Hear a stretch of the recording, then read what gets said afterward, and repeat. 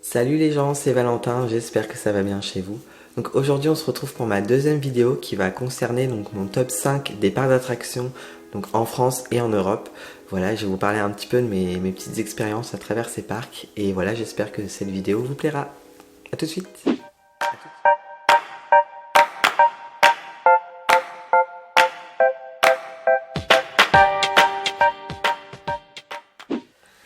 Donc ma passion pour les parcs d'attractions a commencé quand j'avais, on va dire, l'âge d'y aller.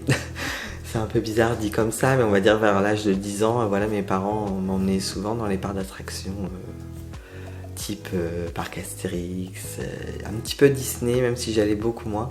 Mais vraiment le parc d'attractions dans lequel j'ai été beaucoup de fois avec mes parents et ma soeur d'ailleurs, c'est Parc Astérix. Voilà, donc j'ai une accroche particulière à ce parc. Voilà, je le connais par cœur. On va dire que j'aime énormément ce parc. C'est pour ça que c'est une passion qui m'anime tous les jours, pratiquement, j'y pense tous les jours. Et sachant que là, avec le Covid, malheureusement, les parcs sont fermés. Et j'avoue que ça me pèse. Au quotidien, j'y pense tous les jours. J'espère pouvoir y retourner, sachant que l'année prochaine, j'aimerais vraiment aller aux États-Unis pour faire Universal Studios et pourquoi pas Walt Disney World, donc en Floride, et aussi Busch Garden. Donc j'espère vraiment que ça va se réaliser et voilà, ça va dépendre de Monsieur Corona. Voilà. Donc dans mon top 5, je vais mettre en cinquième position donc Disneyland Paris et Walt Disney Studios. Alors pourquoi je les mets en top 5? Parce que, alors déjà de base, je suis pas un fanatique de Disney. Alors j'aime beaucoup quelques dessins animés hein, comme Toy Story, beaucoup les Pixar d'ailleurs, j'ai remarqué. Ou comme au plus récent La Reine des Neiges, voilà. Faut se l'avouer, mais moi j'ai quand même bien aimé. Surtout le 2, je le trouve très drôle. Mais voilà, à travers les parcs, voilà, c'est plus, je suis plus fan de parcs d'attractions, donc c'est vraiment l'enveloppe du divertissement et du loisir. Plus que pour le niveau souvenir personnel avec les dessins animés. Voilà, même si je trouve les décors totalement magnifiques et tout, mais voilà, c'est...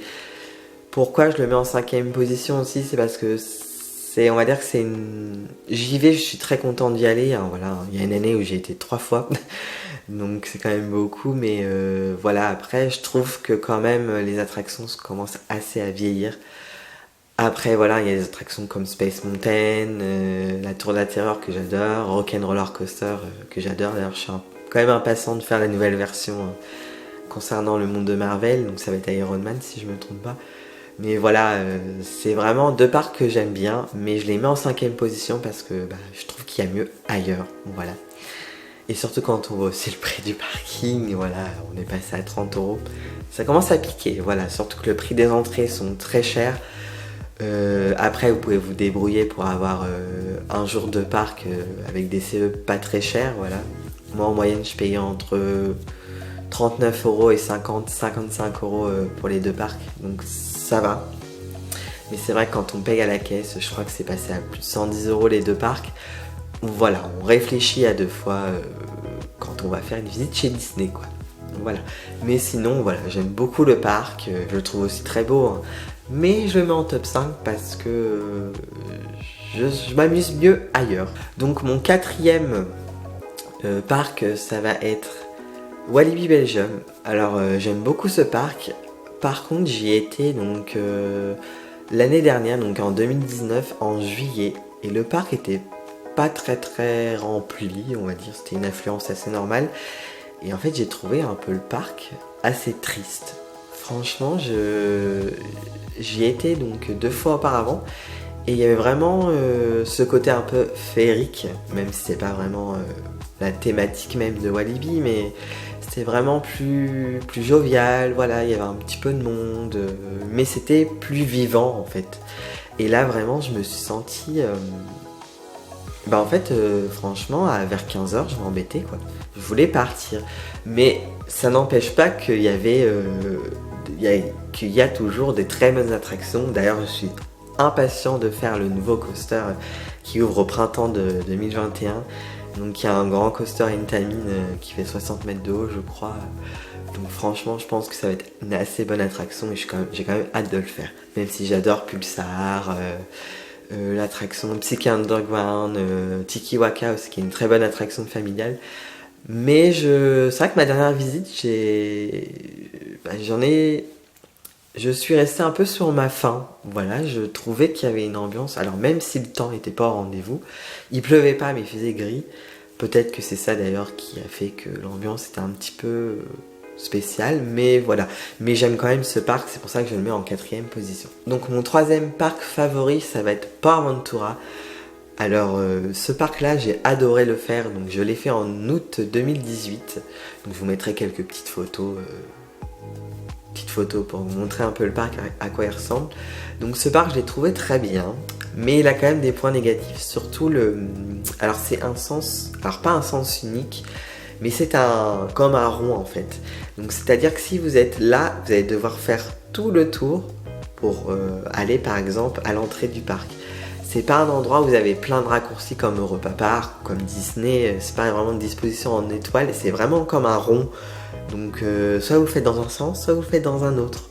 Donc c'est vrai que c'est une disposition un peu mal fait je trouve, mais il y a quand même de très bonnes attractions comme Shambhala, Furious Baco. D'ailleurs Furious Baco, on avait acheté les Fast Pass le premier jour et il y a déjà beaucoup que en temps normal il y avait je crois 2 heures et en Fast Pass il y avait 45 minutes et en fait je comprends pourquoi, parce que les opérateurs à Port Aventura sont longs à dispatcher les gens dans les attractions.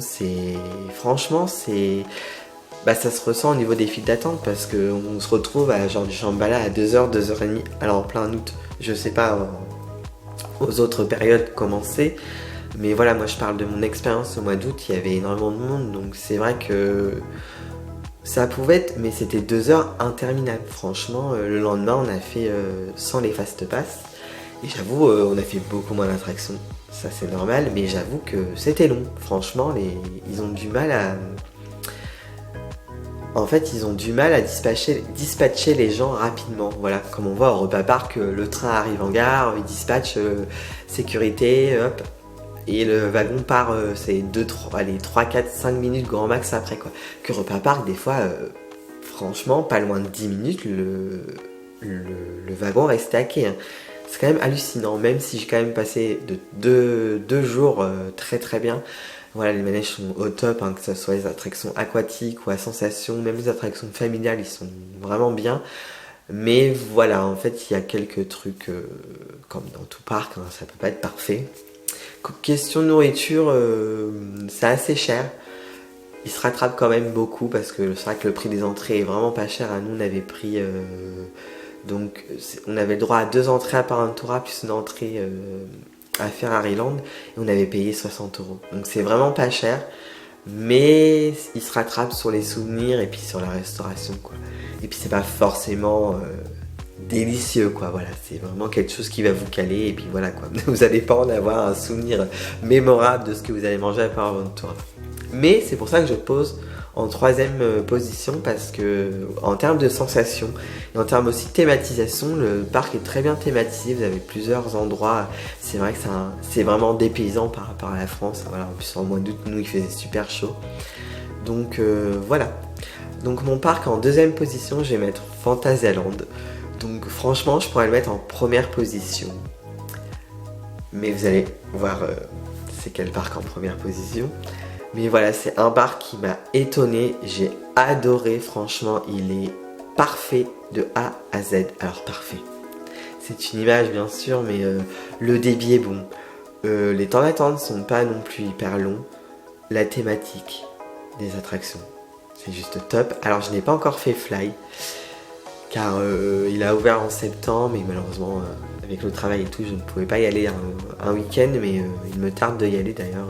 Ça sera ouvert si ça ouvre en janvier, je pense que j'irai faire un tour, mais si ça ouvre qu'au mois de mars bien sûr, et bien j'irai au mois de mars, voilà.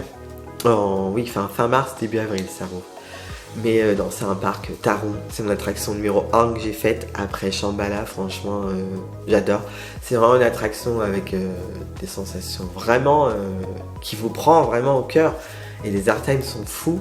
Même je l'ai fait quand même, j'y ai été 3 fois Fantasyland et même au bout de 10e fois de tour de l'attraction, j'ai autant kiffé. Franchement, c'est vraiment l'attraction que je retiens dans tous les parcs d'attractions que j'ai fait, quoi. Mais vous avez d'autres attractions comme Black Mamba qui est génial. Donc contrairement à Osiris, c'est vrai qu'il est un peu plus... Alors il va aussi, tout aussi vite, moi je trouve, mais il est vraiment, ça va vraiment à ras de terre et ça frôle les décors et ça rajoute vraiment une expérience à l'attraction qui est juste ouf pour moi, enfin à mes yeux, mais vraiment aussi à beaucoup de visiteurs. Mais vous avez aussi Mouse, donc Mouse of Chocolat, je sais pas comment ça se prononce. Désolé de la prononciation de l'attraction, mais vous avez compris de quoi je parle. C'est vraiment une très bonne attraction familiale, même si ça fait mal au bras. Et je sais qu'apparemment c'est à peu près les mêmes wagons et les mêmes systèmes pour Toy Story Mania. Donc qui est situé à Walt Disney World aussi en Californie, à California Adventure aussi. Donc c'est vrai que c'est un système qui fait mal au bras, hein. Quand vous sortez de l'attraction, vous êtes content, soit parce que vous avez battu votre adversaire, ou soit vous n'êtes pas content parce que vous vous êtes fait battre par votre adversaire. Mais j'avoue, vous sortez, vous avez quand même mal au bras, hein. Ça te fait travailler les biceps, hein. Je sais pas si c'est les biceps ici, mais en tout cas ça fait travailler les bras. Mais voilà, ce parc est vraiment très bien, la nourriture est correcte et très bonne. Franchement, moi j'ai pu manger à différents endroits comme les pizzas et tout, c'est très bon. Donc j'ai vraiment rien à dire concernant ce parc car il est vraiment bien. D'ailleurs mention spéciale pour Mystery Mint, cette attraction me fait peur à chaque fois. C'est... voilà. Et mention spéciale aussi à River Quest qui est une attraction qui est... enfin tu ressors trempé. Franchement j'ai été choquée. Je vous mettrai au pire le passage où je me suis pris le plus d'eau de ma vie. C'était un tsunami, enfin franchement, mais ça laisse des bons souvenirs. Et j'avoue, en été, ça rafraîchit bien. Quand même, une attraction à bouée avec plein de descentes et tout. Enfin, j'en garde un très bon souvenir. Donc voilà, et donc en première position, je mets bien sûr Europa Park. Alors, ce parc, je le mets en première position parce que il a tout d'un grand. Voilà, il a tout d'un Disney par exemple. Vous avez de la thématique partout. Le fait aussi que vous traversez plein de pays européens, ça rajoute du charme. Il a un cachet fou. En fait, à chaque fois que j'y vais, c'est un parc, moi qui me... franchement, il m'épate en fait à chaque fois que j'y retourne. Et voilà, même si, par exemple, vous allez avoir peut-être plus de sensations à Fantasyland qu'à Europa Park, c'est vraiment un parc de loisirs qui est vraiment top. C'est pour cela aussi qu'il a été élu meilleur parc d'attractions loisirs au monde. Enfin, franchement, c'est totalement compréhensible car tout est bien. Et vous avez énormément d'attractions aussi. C'est ça en fait qui fait peser dans la balance. C'est vrai que par rapport à Fantasyland est beaucoup plus petit que Europa Park par exemple. C'est vrai que Europa Park est beaucoup plus grand, il est très vaste. Vous avez des attractions quand même assez uniques en Europe. Donc c'est vrai que ça rajoute vraiment un cachet. Donc moi, les attractions que je préfère, ça va être Wodan pour la vitesse, même s'il est un peu court. Je trouve que c'est le meilleur Wooden que j'ai pu tester depuis maintenant, quoi, à ce jour.